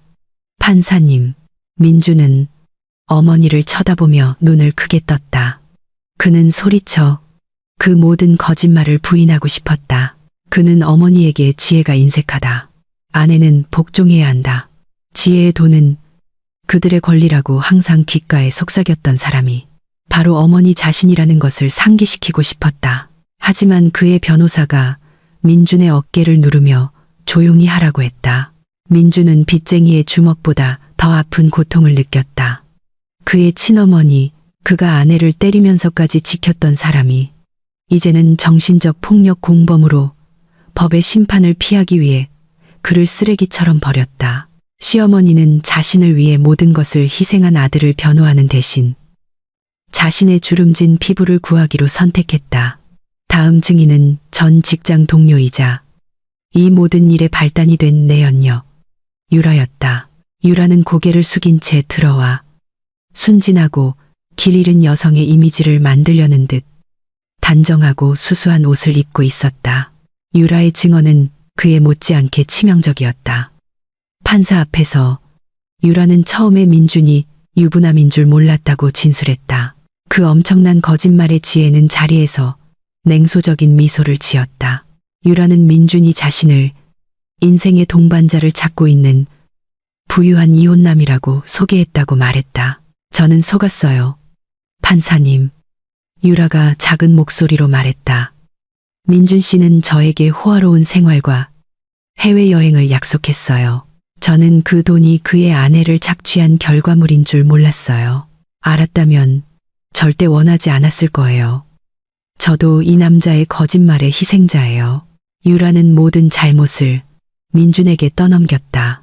그녀는 공항에서 분위기를 부추기는데 동참한 것을 부인했다. 그녀는 지혜를 모욕한 적이 없다고 부인했다. 그녀는 자신을 민준의 조종에 빠진 순진한 소녀로 포장했다. 민준은 유라를 쏘아보았다. 예전에 그에게 애교를 부리며 명품 가방을 사줬을 때 오빠, 영원히 사랑해라고 말했던 여자가 이제 법 앞에서 그의 심장을 정확히 찔렀다. 사랑도 의리도 없었다. 모든 것이 가짜였다. 공항에서 긁히지 않은 신용카드처럼 플라스틱 같았다. 민준은 자신이 진짜 다이아몬드인 지혜를 이제 자신을 돌로 쳐 죽이려는 조약돌 유라와 바꾼 것이 얼마나 어리석었는지 깨달았다. 지혜가 추가 증언을 할 차례가 되자 분위기는 순식간에 조용해졌다. 지혜는 소리치지도 울지도 욕하지도 않았다. 그녀는 그저 두꺼운 서류철을 판사에게 제출했다. 그것은 단순한 가정폭력 증거가 아니었다. 훨씬 더 심각한 새로운 증거, 회사 자산 횡령이었다. 알고 보니 캐나다에 있는 동안 그녀는 독립감사팀에게 아버지의 유산인 부동산 회사의 재물을 조사하도록 지시했다. 민준은 그곳에서 운영관리자 직책을 맡고 있었다. 감사 결과는 끔찍했다. 민준은 지난 2년 동안 납품업체 정보를 위조하고 리모델링 비용을 부풀리는 방식으로 수십억 원의 회사 자금을 횡령한 것으로 드러났다. 그 돈은 민준이 온라인 도박과 유라 및 그의 어머니의 생활비를 대는데 사용되었다. 회사의 CEO이자 지혜의 삼촌인 박 대표도 이 횡령 사건의 고소인 증인으로 출석했다. 이것은 더 이상 가정 문제가 아닙니다. 지혜가 차분하지만 날카롭게 판사의 눈을 응시하며 말했다. 이것은 순수한 범죄입니다. 피고인은 제게 신체적 상해를 입혔을 뿐만 아니라 제 직원들의 권리를 훔쳤고 제 가족의 신뢰를 조종했으며 회사의 청렴성을 파괴했습니다. 저는 복수를 위해서가 아니라 더 이상 희생자가 나오지 않도록 가장 공정한 정의를 구합니다. 민준은 의자에 힘없이 주저앉았다. 식은땀이 쏟아져 내렸다. 그는 자신의 인생이 끝났다는 것을 알았다. 가정폭력 사건만으로도 수년간 감옥에 갈 수 있었다. 거기에 거액의 자금 횡령 사건까지 더해지면 그는 아마도 남은 젊은 시절을 감방에서 썩게 될 것이다. 그는 방안을 둘러보았다. 어머니는 고개를 돌려 가방을 만지작거리는 척했고 유라는 바닥을 쳐다보며 그를 보지 않으려 했고 지혜는 그를 똑바로 쳐다보고 있었다. 더 이상 사랑이나 증오가 담긴 시선이 아니었다. 딱하고 불쌍한 이방인을 보는 듯한 시선이었다. 판사는 판결 협의를 위해 휴정을 선언하며 의사봉을 두드렸다. 하지만 패배의 기운은 이미 민준을 완전히 뒤덮고 있었다. 직원들이 그를 임시 구치소로 다시 데려갈 때 민준은 복도에서 지혜와 마주쳤다. 민준은 입을 열고 싶었다. 미안하다고 말하고 싶었다. 애원하고 싶었다. 하지만 혀가 굳어버렸다. 지혜는 잠시 멈춰섰다. 그와 불과 1미터 거리. 지혜의 향수 냄새가 부드럽게 풍겨왔다. 그가 더 이상 닿을 수 없는 성공의 향기. 알아요, 민준 씨. 그녀가 나지막이 속삭였다. 그녀의 목소리는 뼈를 내는 겨울바람 같았다. 나는 예전에 당신을 위해 죽을 수도 있었어요. 하지만 이제 당신이 어머니와 내연녀에게 배신당하는 것을 보니 깨달았어요. 당신의 가장 무거운 형벌은 감옥이 아니에요. 당신의 가장 무거운 형벌은 당신을 진심으로 사랑했던 유일한 사람을 버렸다는 사실을 안고 살아가는 거예요. 당신이 어려울 때 얼굴조차 보려 하지 않는 사람들을 위해서 말이죠. 당신의 외로움을 즐기세요. 지혜는 떠나갔다. 그녀의 하이힐 소리가 또각 멀어져 갔다. 마침내 터져 나온 눈물과 함께 석상처럼 서 있는 민준을 남겨두고 더 이상 아무 가치 없는 후회의 눈물이었다. 구치소의 철문이 그의 뒤에서 쾅하는 요란한 소리를 내며 닫혔고 민준을 그가 스스로 설계한 운명의 어둠 속에 가두었다. 서울중앙지방법원 주 법정은 다시 조용해졌다. 하지만 이번의 정적은 훨씬 더 무겁고 압박적으로 느껴졌다. 마치 방 안의 산소가 절정에 달한 긴장감에 모두 빨려나간 것 같았다. 재판장. 두꺼운 안경과 범접할 수 없는 위엄을 지닌 중년의 남자가 판결문을 낭독하기 전에 검은 법복의 매무새를 바로잡았다. 민주는 피고인석에 점점 더 구부정한 자세로 앉아 있었다.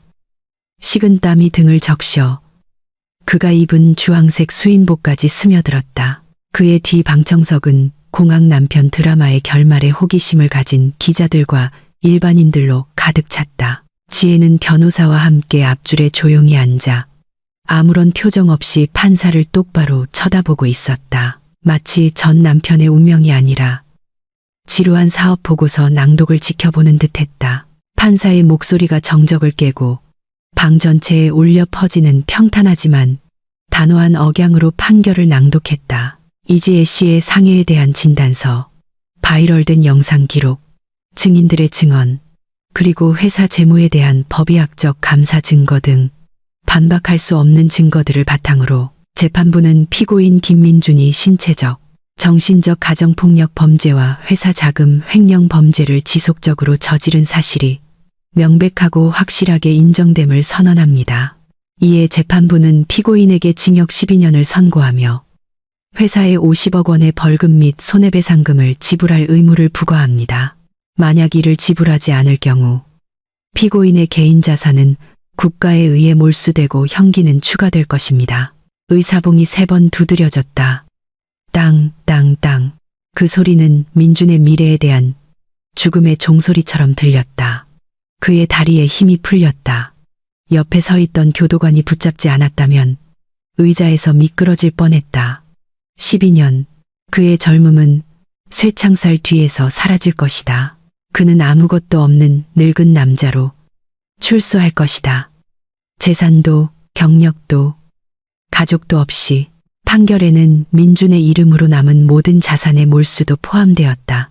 아직 할부가 끝나지 않은 자동차, 스포츠 오토바이, 심지어 이미 비어버린 그의 개인 계좌 잔고까지. 그가 회사에서 훔친 돈의 극히 일부를 메우기 위해 몰수되었다. 민준은 공식적으로, 합법적으로 완전히 파산했다. 그는 뒤를 돌아보며 어머니나 유라의 얼굴을 찾았다. 한 줄기 동정이라도 바라며. 하지만 증인석은 비어 있었다. 그들은 판결이 내려지기 전에 이미 도망쳤다. 더 깊이 휘말릴까 두려워서였다. 법원 건물 밖에서 유라의 운명은 더 나을 것이 없었다. 그 여자는 기자들을 피하기 위해 연문으로 몰래 빠져나가려 했다. 하지만 소셜미디어에서 너무 유명해진 그녀의 얼굴은 쉽게 알아볼 수 있었다. 공항에서의 그녀의 영상을 보고 격분한 한 무리의 아주머니들이 유라에게 소리치며 빈 생수병과 음식물 쓰레기를 던졌다. 유라는 수치심과 두려움에 눈물을 흘리며 큰 길로 허둥지둥 달려갔다. 하지만 유라의 고통은 이제 막 시작되었다. 그녀의 휴대폰은 계속해서 울렸다. 위로하려는 친구에게서 온 것이 아니라 위협하는 낯선 번호들이었다. 민준과 유라가 서로의 신분증 정보를 자주 빌려 쓴 탓에 그녀의 주민등록번호를 이용한 불법 온라인 대출업자들이 그녀를 추적하기 시작했다. 유라는 자신의 호화로운 자취방으로 돌아가려 했다. 하지만 방문 앞에는 그녀의 물건들이 집주인에 의해 커다란 검은 비닐봉지에 담겨 나와 있었다. 집주인은 자신의 장소가 오염되는 것을 원치 않는 단호한 아주머니로 유라를 찾으러 온 정체불명의 빚쟁이들이 소란을 피우자 그 자리에서 유라를 쫓아냈다. 유라는 또한 기관의 명예를 훼손했다는 이유로 직장에서 해고 이메일을 받았다. 직업도 집도 없고 빚에 쫓기는 신세가 된 예전에는 거만하고 애교 많던 유라는 이제 서울 거리를 떠돌았다. 그녀는 친구들에게 연락을 시도했지만 모든 번호가 차단되었다. 문제를 일으킬 수 있는 바이럴된 상간녀를 받아줄 사람은 아무도 없었다. 결국 유라는 길가의 포장마차에서 남은 돈 5만 원을 손에 쥔 채 자신의 미모가 스스로 심은 파멸로부터 자신을 구해줄 수 없다는 것을 깨달으며 신세를 한탄하며 울고 있었다. 한편 시어머니에 대한 카르마는 조용하지만 고통스러운 방식으로 찾아왔다. 법정에서 자신의 아들에게 불리한 거짓 증언을 한 후 시어머니는 잠시 머물던 먼 친척에게서 쫓겨났다. 그들은 악독한 시어머니이자 자식을 배신한 사람으로 바이럴된 친척을 두는 것이 부끄러웠다. 당신 때문에 기자들이나 빚쟁이들이 우리 집에 찾아오는 건 싫어요. 사촌이 시어머니의 얼굴 바로 앞에서 문을 닫으며 말했다. 무거운 옷가방을 들고 정처 없이 떠돌던 시어머니는 무모한 시도를 했다. 그녀는 오토바이 택시를 타고 지혜의 부모님 댁으로 향했다. 사돈이 자신 같은 늙은 여인을 받아줄 양심이 아직 남아있기를 바라며 지혜 부모님의 웅장한 집 대문에 도착했을 때 시어머니는 경비원에게 제지당했다. 그녀는 지혜의 어머니를 만나게 해달라고 뜨거운 아스팔트 위에서 무릎을 꿇고 애원했다. 제발 제가 사과하고 싶다고 전해주세요.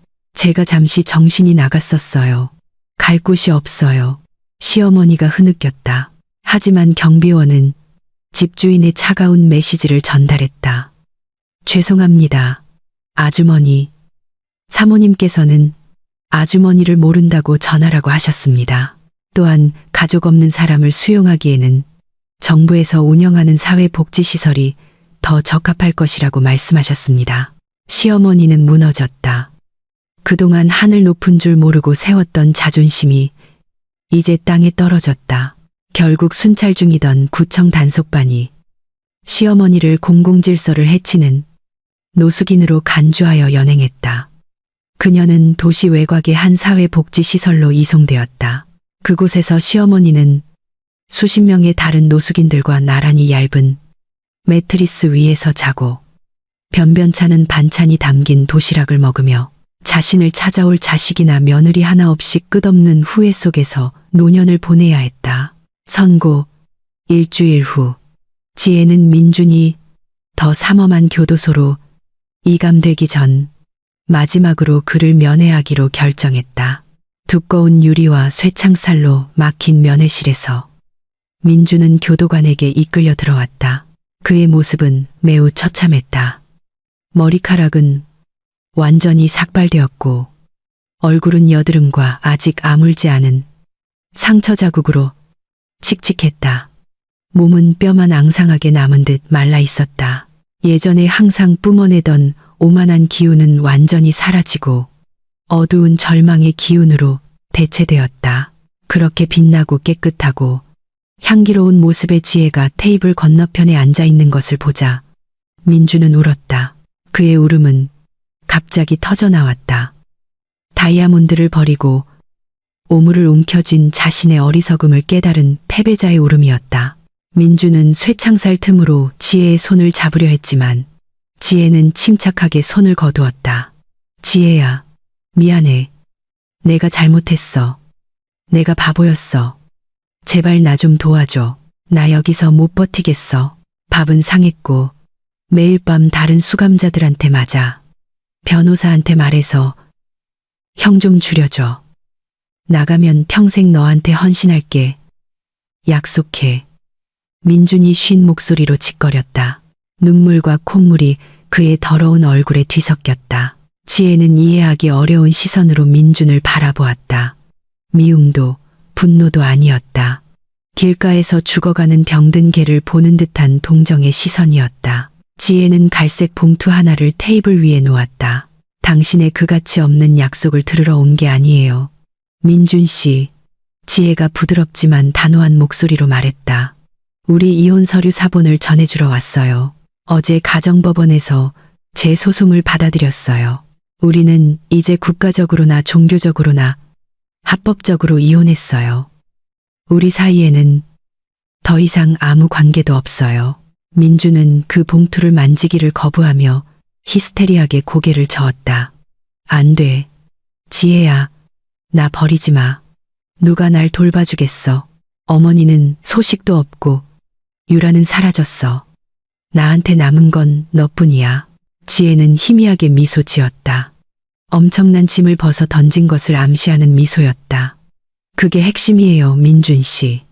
당신은 당신 자신의 선택 때문에 지금 혼자인 거예요. 당신은 진실한 아내를 버렸고 탐욕스러운 어머니를 이용했으며 물질적인 여자와 바람을 피웠죠. 이제 당신이 심은 것에 수확을 즐기세요. 지혜는 일어서서 블레이저를 정돈했다. 그녀는 마지막으로 민준의 눈을 깊이 들여다보았다. 고마워요, 민준 씨. 그날 공항에서의 당신의 뺨은 당신이 내게 해준 최고의 일이었어요. 그 고통이 나를 긴 잠에서 깨웠어요. 그 뺨이 없었다면 나는 아마 아직도 당신 같은 기생충을 먹여 살리는 바보 같은 아내로 살고 있었을 거예요. 이제 나는 자유예요. 지혜는 돌아섰고 다시는 돌아보지 않고 출구로 걸어갔다. 민준이 목이 쉴 때까지 그녀의 이름을 부르짖고 교도관들에게 강제로 어두운 감방으로 끌려 들어갔음에도 지혜는 교도소 건물을 나와 자유로운 공기를 깊이 들이마셨다. 평소 회색빛이던 서울의 하늘이 오늘은 유난히 파랗고 맑아 보였다. 정의는 실현되었고 카르마는 대가를 치렀으며 낡은 책은 단단히 닫혔다. 더 이상 마음에 걸리는 원한은 없었다. 오직 광활한 안도감만이 있었다. 이제 그녀 앞에 펼쳐진 미래만큼이나 넓은 인생의 폭풍이 휘몰아치고 지나간 지 6개월이 흘렀다. 우주의 약속처럼 시간은 일어나려 노력하는 이들에게 가장 강력한 치유제로 작용했다. 지혜의 삶은 극적으로 변했다. 그녀가 상상했던 것보다 훨씬 더 좋게. 그녀가 운영하는 부동산과 케이터링 사업은 급성장했다. 예전에 민준이 저질렀던 자금 유출이 없어지자 회사 수익은 급등했다. 지혜는 그 수익을 사업 확장과 가정폭력 피해자들을 위한 자선재단을 설립하는 데 사용했다. 다른 여성들이 용감하게 목소리를 낼 수 있도록 돕기 위한 그녀의 쓰라린 경험에서 비롯된 진정한 헌신이었다. 지혜의 이름은 이제 더 이상 바이럴된 피해자 아내가 아니라 강인하고 자비로운 영감을 주는 여성 사업가로 알려졌다. 그녀의 얼굴은 종종 비즈니스 잡지를 장식하며 균형 잡힌 아름다움과 힘을 발산했다. 오늘 아침 지혜의 부모님 댁 분위기는 따뜻하고 활기찼다. 큰 캐리어들이 거실에 깔끔하게 줄지어 있었다. 하지만 이번에는 드라마도 긴장감도 기생충도 없었다. 지혜는 어머니가 손가방에 뜨개질 쇼를 정리하는 것을 돕고 있었다. 현명한 은퇴한 신사인 지혜의 아버지는 작은 콧노래를 부르며 여권과 항공권을 확인하느라 바빴다. 오늘 그들은 3주간의 봄 휴가를 위해 유럽으로 떠날 예정이었다. 이것은 지혜가 오랫동안 꿈꿔왔던 여행이었다. 자신의 노력으로 번 돈으로 부모님을 세계 일주시켜드리는 것, 노년에 그들을 행복하게 해드리는 것. 예전에는 민준과 그의 가족 문제로 바빠 미뤄졌던 일이었다. 다 준비됐니 딸아? 지혜의 아버지가 활짝 웃으며 딸의 어깨를 사랑스럽게 두드렸다. 네 아빠. 공항 가는 차도 앞에서 대기 중이에요. 지혜가 아버지의 팔짱을 끼며 대답했다. 진정한 가족의 따뜻함을 느낄 때 그녀는 깊은 평화를 느꼈다. 더 이상 쇼핑을 요구하는 잔소리꾼 시어머니도 자기 휴대폰만 들여다보던 민준도 없었다. 오직 빠뜨리면 안 되는 관절염 약에 대해 아버지를 놀리는 어머니의 경쾌한 웃음소리만 있었다. 이번 인천국제공항으로 가는 길은 매우 다르게 느껴졌다. 그들의 고급차가 J터미널 구역으로 들어섰을 때 6개월 전의 기억이 지혜의 뇌리를 스쳤다. 그녀는 예전에 뺨을 맞고 망신을 당했던 이번 게이트 만남의 장소를 바라보았다. 하지만 이상하게도 더 이상 아픔은 없었다. 그 상처는 완전히 아물었고 소중한 교훈의 흔적만 남겼다. 지혜는 그 기억에 작은 미소를 지었다. 마치 더 이상 자신을 상처 입힐 힘이 없는 과거의 유령에게 인사하는 것 같았다. 그녀는 부모님의 손을 잡고 자신감 넘치는 당당한 걸음으로 퍼스트 클래스 체크인 카운터로 향했다. 이번에는 카드 거절이나 항공권 취소 드라마는 없었다. 직원은 그들을 매우 친절하게 맞이하며 지혜와 가족에게 최고의 서비스를 제공했다. 몇 시간 후 지혜는 취리히로 향하는 5성급 항공사의 퍼스트 클래스 좌석에 편안하게 앉아 있었다. 호화로운 기내 인테리어, 평평한 침대로 변하는 좌석, 그리고 옆 테이블의 신선한 오렌지 주스는 분위기를 매우 프라이빗하고 평온하게 만들었다. 그녀의 아버지와 어머니는 통로 건너편 좌석에 앉아 마치 어린아이처럼 첨단 좌석 기능 버튼을 신나게 누르고 있었다. 지혜는 행복에 겨워 눈물이 글썽이는 눈으로 그들을 바라보았다. 이것이 진정한 행복이었다. 조건 없이 우리를 진심으로 사랑하는 사람들과 불을 나누는 것. 비행기가 활주로를 향해 이동하기 시작할 때 지혜는 심심해서 앞에 있는 텔레비전 화면을 켜서 볼거리를 찾았다. 그녀는 채널을 전국 뉴스 채널로 돌렸다. 갑자기 한 속보 방송이 그녀의 시선을 사로잡았다. 뉴스 제목이 화면에 크게 쓰여 있었다. 거물급 수감자, 삼엄한 교도소로 이감. 지혜는 채널을 바꾸려 했지만 화면에서 익숙한 모습을 발견했다. 뉴스 카메라는 손과 발에 쇠사슬이 채워진 채 악명 높은 교도소 섬으로 가는 페리오에 오르고 있는 수감자들의 행렬을 비추고 있었다. 험상궂은 얼굴의 수감자들 행렬 사이에 머리는 삭발하고 얼굴은 움푹 팬 깡마른 남자의 모습이 끼어 있었다. 민준이었다. 그는 매우 늙고 연약해 보였다. 쇠사슬에 끌리는 발 때문에 절뚝거리며 걷고 있었다. 그의 얼굴은 더러웠고 눈은 땅을 공허하게 응시하고 있었다. 마치 그 몸속의 영혼이 이미 죽은 것 같았다.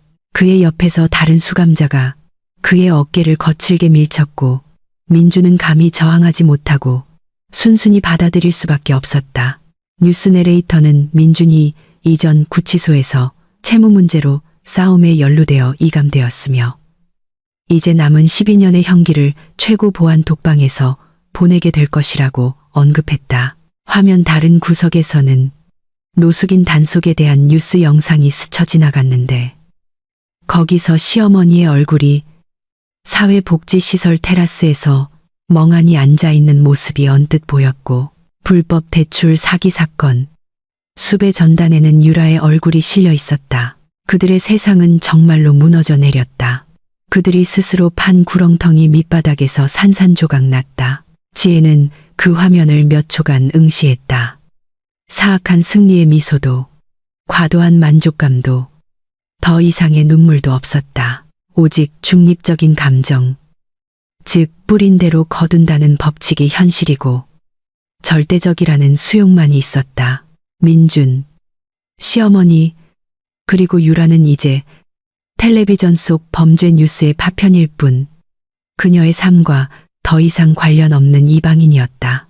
느리고 우아한 동작으로 지혜는 리모컨의 전원 버튼을 눌렀다. TV 화면은 검게 변했다.